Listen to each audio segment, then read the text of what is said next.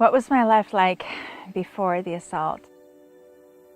I think that things were pretty much status quo. You would consider us an average family. We had 4 kids and felt like I was kind of at the top of my game as an interpreter. I was taking on more work and traveling. I had interpreted a few cruises, which was really cool, I thought. In January of 2014, I took a two-week assignment out of town. And the last day that I was there, I finished up my job and I went back to the hotel, and it was snowy.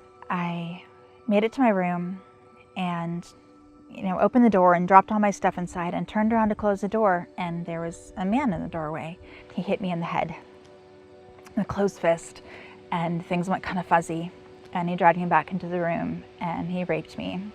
I broke a couple of ribs and some fingers trying to fight until I recognized that fighting was making it worse, and disappeared somewhere inside myself. I woke up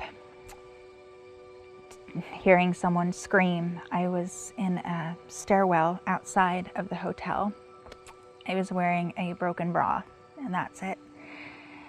And it was below freezing temperatures, which actually probably saved my life because I had a brain bleed.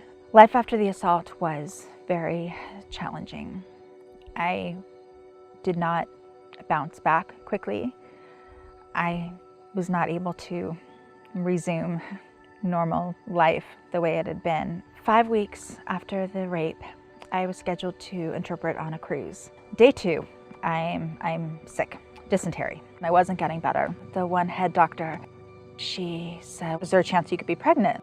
And I just say, "Okay, look, this is probably not, I'm almost sure I'm not, but I was raped, last month, and you should probably just go ahead and test me." She gives me the pregnancy test, and there was a second line, and I just stare at it.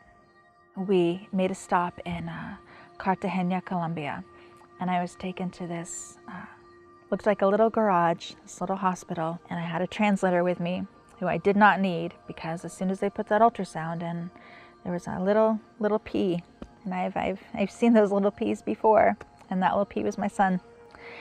And I smiled at him. I feel like the world would be telling me, "You're pregnant from something horrible. You should be angry and disgusted." And I felt this rush of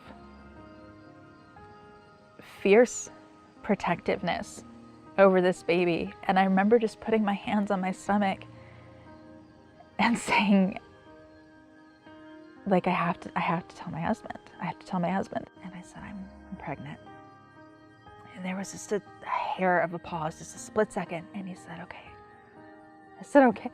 What do you mean, okay? How is this okay? Like, I'm thinking, oh my gosh, my parents are gonna freak. What are your parents gonna say? What do we tell the kids? Like, my mind is going just all over the place. I'm like, how are you calm? And he said, "Honey, this is something beautiful." He said, "This is a gift." He said, "This is something wonderful that's come out of something so painful for us.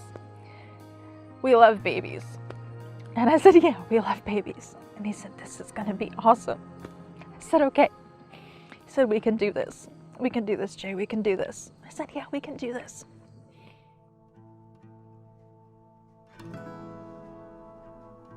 My story is not one about choice. I'm not telling my story to say, look, this is the choice that I made.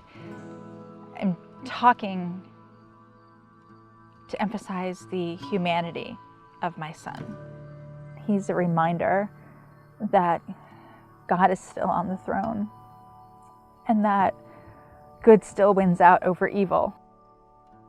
In the grand scheme of things, when you look back and you think of the things that you'd like to take out of your life, I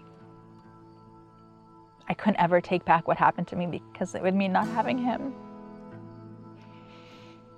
And he's worth it.